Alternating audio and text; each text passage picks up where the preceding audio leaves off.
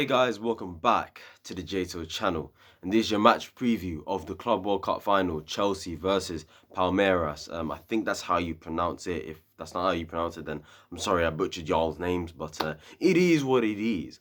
I've got a preview to do, but yeah, this is your big match preview, Club World Cup final. Obviously, we beat Al Hilal 1-0, and they beat that team called what's their name again? It was Al Ali or something like that. The Egyptian side. Sorry if I butchered their name as well. I'm not good with these names. Sorry, but yeah, they beat them 2-0, which was a very impressive game from them, at least from a defensive point of view. Just to start off with them, obviously the Brazilian side. The reason they got here is obviously because they got to the Copa Libertadores final, and they won that, obviously beating Flamengo. I think it was 2-0 or 1-0, one of the score lines. But yes, they are a team that are compact, very defensive solidly. They've got Dudu, probably their best player, down the right hand side. He's quick, can use both feet, he's pretty creative. He's good on the counter attack. So yeah, that's going to be a threat for them. And obviously, before the game happens, obviously, the manager's been talking. The manager's been talking before. Obviously, got to this preview to do. I saw a couple quotes from him saying, "Oh, Chelsea has spent 650 million euros to get here. We've only spent 35 million." It's like, brother, you do know Europe is different to South America, okay? I know you man bring the passion thing and the aggression and the intensity, but there's more quality in Europe, and it's harder to win the Champions League in Europe. Obviously, it's harder to win the Champions League than it is the Copa Libertadores. Although that is also a hard competition to win. It feels like a Brazilian team each year wins it. A different Brazilian team wins it each year. But look, like I said with Palmeiras, they're a compact team, solid defensively. They like that block in the middle of the park. They go on counter attacks, very solid defensively and hard to break down as well. And that's why tomorrow it's going to be a difficult game for Chelsea to break them down, and actually create chances and take them. Do you know what I'm saying? Against these Brazilian sides, you would think, easy, but the thing is with these guys is everyone talks about how the Premier League, brings intensity, physicality and all that stuff. Well, if we're talking like teams that bring intensity, teams that bring passion, aggression, physicality, it's definitely the Brazilian teams because they always give 100% for their fans. They've actually never won this trophy. No wonder the whole of Brazil is actually supporting us. I saw even on a Twitter account that they, every single Brazilian club in like the top league, which is Serie A or something, I think that's the name of the Brazilian league, like they all have like their badges there, but then they've coloured it in Chelsea and they've involved like Chelsea's name in it, and they've like linked the two names together, the club's name and then Chelsea's name. I find that so funny, but it's like, boy, they're putting massive pressure on us because like, if we don't win tomorrow, like we're gonna be like the most hated team in Brazil because we would have given Palmeiras their first trophy in this competition. Because, like I said, they've never won the Club World Cup. We haven't either. So whoever wins is gonna win their first Club World Cup, which will be history for both clubs, and it'll be massive. And their fans have a high expectation. And on top of that, speaking of fans, bro, that stadium tomorrow is probably gonna be like 80% of them. I saw that game where they won 2-0. Oh my God. There's a lot of them. So Chelsea better weather the storm tomorrow and get the job done. But yeah, big news before I get into the predicted lineups and stuff like that. Obviously, Thomas Tuchel is back, ladies and gentlemen. He is back, fam. He provided a negative COVID test and he flew out to Dubai today. I've even seen the videos now. He's reunited with the staff, hugging some of the players, you understand. He's back. Thomas Tuchel will be at the dugout tomorrow. It would have felt a bit weird, and I would have felt, I don't know, a disconnect if we had won this trophy and Tuchel wasn't there to celebrate with the team. I would have been very upset, I can't lie. But yeah, it's a good thing he's there tomorrow. We got to win this trophy tomorrow for him. It's an opportunity to make history. He'll be the first ever Chelsea manager to do this, to win the Club World Cup. So yeah, I'm hearing Roman could potentially be there. Czech's there. I think Marina's there as well. So tomorrow's a big day for the Chelsea. And yeah, like I said, Palmeiras is going to be a difficult team to break down. Solid defensively, got some standout players like Dudu. But yeah, let's see how it goes tomorrow.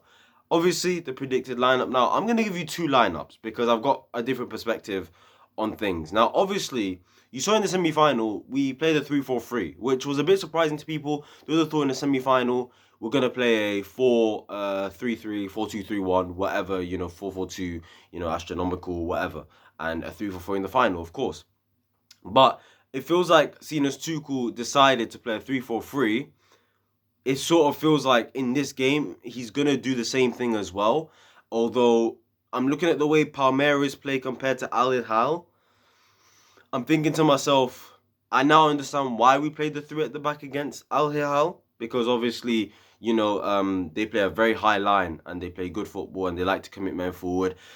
Palmeiras not as much. They sit back, apparently their manager's known as like a young Jose Mourinho, giving that passion, the vibe, good vibes, good energy as well, wants his team, and he's very tactically like up here. Apparently he's even been looking at Chelsea and how to exploit their weaknesses, and it's already been talked about that they're going to absolutely target Marcos Alonso down that side tomorrow. And that is one of the reasons why I'm going to give you two different formations as to a formation I think Tuchel's going to play compared to what I would play. So yeah, let's just get into it straight away. Obviously, I'm just going to give you a straight out team that I think Tuchel will play tomorrow. It's a 3-4-3 or 3-4-2-1, whatever. I think Mendy in goal, Rudiger, Thiago Silva, Christensen as the back three, Azpilicueta as the right wing back, Marcos Alonso as the left wing back, the double pivot being Kovacic and Kante, and then the front three being Kai Havertz, Mason Mount, and Lukaku.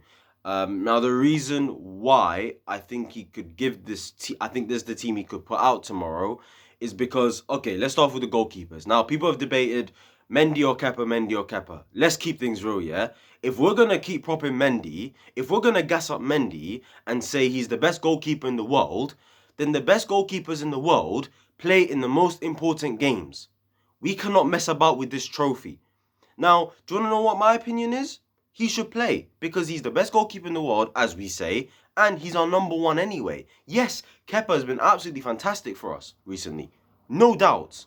Absolutely. Yeah? Love him to bits. Yeah? So happy for him. Yeah? But this is a final, people. And you know what? Weirdly enough, what I think Tuchel's going to do is we've got the Club World Cup final and also we've got the Carabao Cup final this month. I actually think Kepa will play in one of them.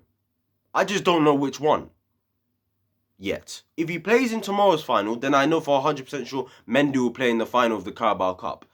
But if Mendy plays in this one, I have a feeling Kepa could play the Carabao Cup final. That's just my opinion. But yeah, it's as simple as that. Mendy should be the first choice goalkeeper if he's ready and available. The back three, we don't need to explain that one. I'm worried about Alonso and Aspi as wing backs. Aspi against Al Hilal, was positionally off at times. Let them in behind down that left hand side, and Marcos Alonso down the left hand side. Sorry, Aspi's right hand side. Yeah, he was just getting twisted up at times as well in that second half. Like, just getting absolutely bun up. And I'm sorry, with Dudu tomorrow, with his pace, his power, his strength, his ability to cut inside, make inverted runs, run the channels, and his shooting was brilliant. You saw the finish the other day. I'm kind of scared, and I'm thinking Alonso could have literally a tough time tomorrow, and they're literally just going to target that side from minute one all the way until the end of the game. So, yeah. That's a bit of a worry. And then obviously, look, Kovacic and Kante, people would go with Jorginho in there, and I can understand, we did lose control of the midfield against Al Hilal the other day when we played in the semi-final. But I think we've got to consider the two teams that we're facing here. We've got one team that have a manager who likes to press forward, have high energy, high press, wants to control the game. That's his prerogative. That's the way Leonardo Jardim wants to play. That's how Leonardo Jardim wants his teams to play. And that's what Al Hilal tried to do. This game is a team who are going to sit back, compact the midfield, go on the counter-attack, and and have no interest in possession. And for that reason, I feel like if the two players that would suit this game the most, probably Kovacic and Kante. They both bring energy. They're both press resistance. They're both really good at passing, but so is Jorginho.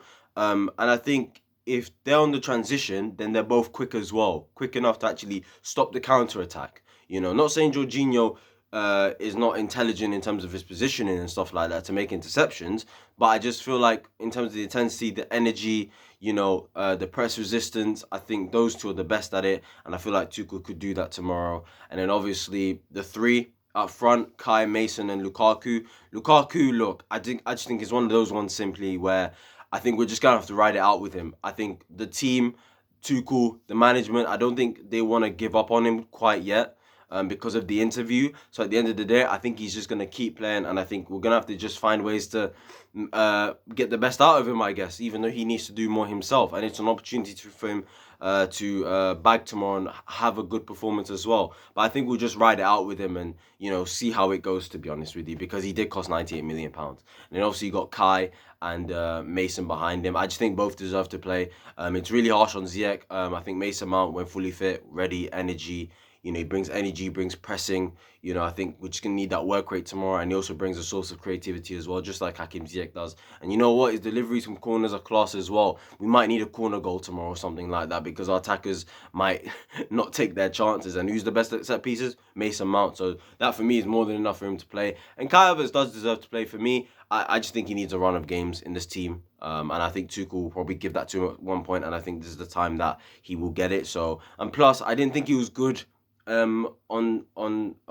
his game on Wednesday, but I think he just needs a run of games. So yeah, Kai Havertz. Now that is a team that I think Tuchel will play. That was a long explanation, wasn't it? I'm gonna now give you my team very quickly. I'd play a four at the back. Obviously Mendy in goal, left back Sarr, right back Aspie, Rudiger and Thiago Silva. I would actually play Jorginho in the six. I'd play Kante alongside him. And then I'd play Mason Mount, and then I'd play Callum on the left, Ziyech on the right, and Rom up top. That would be my team to play. The reason why I say this is because, okay, let's look at it like this, yeah? Let's start off with the left back real quick, Malang Sarr.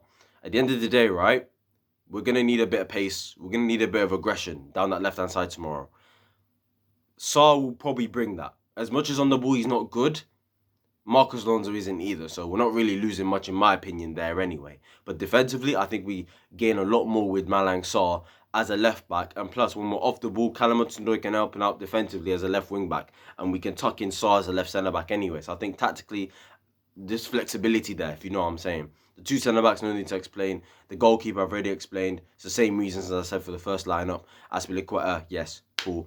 The midfield now. If we're gonna break them down, right? I think having Jorginho as the six because he's the only natural holding six in our team. Billy Gilmore's not here. Kove in a DM, Kante in a DM, Ruben in a DM, not available anyway. Saul isn't, so Jorginho is really the only option here. Kante, box to box Kante, big game Kante in the final. Yeah, simple as. He needs to play. Mason Mount, you already know the reasons I gave. Rom as well, you already know the reasons I gave. I just think we need to ride it out with him. And then the two wingers, Ziyech and Hudson-Odoi, I think so far in this system, those two have shown to perform the best out on the wings, not Timo. Pulisic hasn't really been given a chance there, and plus this is a final we have to take seriously. So I'd put out the best possible team there in this system. And I feel like once again with Callum, I'm just hoping he can take his player on, cut inside, get shots off, get crosses in, link up the player as well. Same with Ziyech down the right-hand side, use that wonder over left foot. And I think that team tomorrow, if we want to break them down, I think you've got the creativity of Mount, you've got the energy of Kante, you've got the deep line playmaker of Jorginho. And I think we need to match them in numbers in midfield as well, because like I said, they're just going to be compact in that midfield. They're going to have numbers in there. And I feel like in the 3-4-3, it could be at our disadvantage tomorrow. So tell me what you guys think about that. And yeah, this is it. That's the preview done. Make sure you like, comment, subscribe. Tell me which formation you would play. And yeah, I'll see you lot tomorrow for the match preview and the player ratings video. I mean, the match review and player ratings video. Come on, Chelsea. This is your opportunity to win the club's first Club World Cup. Yeah? This is it. So yeah, I'll see you guys tomorrow. Peace.